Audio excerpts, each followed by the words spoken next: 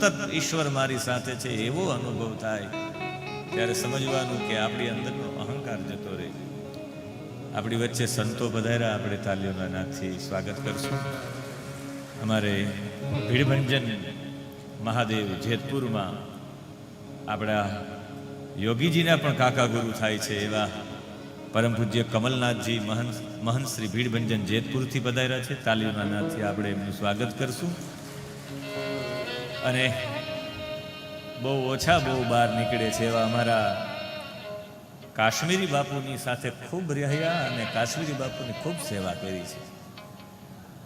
કાશ્મીરી બાપુની એ જ પરંપરામાં એવું જ ભજન, એવું જ બધા પ્રત્યેનો પ્રેમ, અને બધા લોકો ગૌશાળા બનાવે, પણ આ મહાપુરુષે ગૌશાળાની ગૌ મંદિર બનાવ્યું છે કે ગૌશાળાની ગૌ મંદિર હોવું જોઈએ. ગાયમાં બધા 33 દેવતા હોય તો એનું મંદિર હોવું જોઈએ.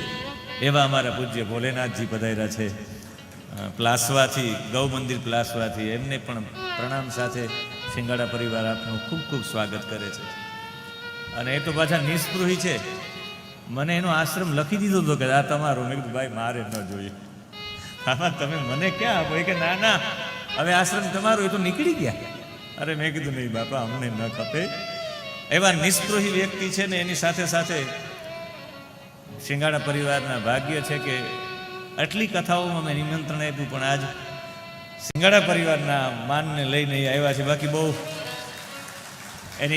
એનું ગૌ મંદિર ભલું, એનો ધૂણો ભલો, એમના કાશ્મીરી બાપુ ભલા. એટલે અમારા મોટા ગુરુભાઈ છે એવા ભોલેનાથજીને વારંવાર પ્રણામ. બહુ મોટા ઉદ્યોગપતિ છે, પણ બધું છોડી દીધું, ઓનલી ફોર ગૌ માટે જીવન સમર્પિત કરી દીધું છે. એવા ગૌ મંદિરમાં વાસ્તવિકમાં ક્યારેક તમને સમય મળે તો પ્લાસવા જાજો, એની ગૌ સેવા જોજો, ગાયો કેવી રીતે રહે છે. ને એવા પૂજ્ય કમલનાથજી પધાર્યા છે. બંને લોકોને પ્રણામ સાથે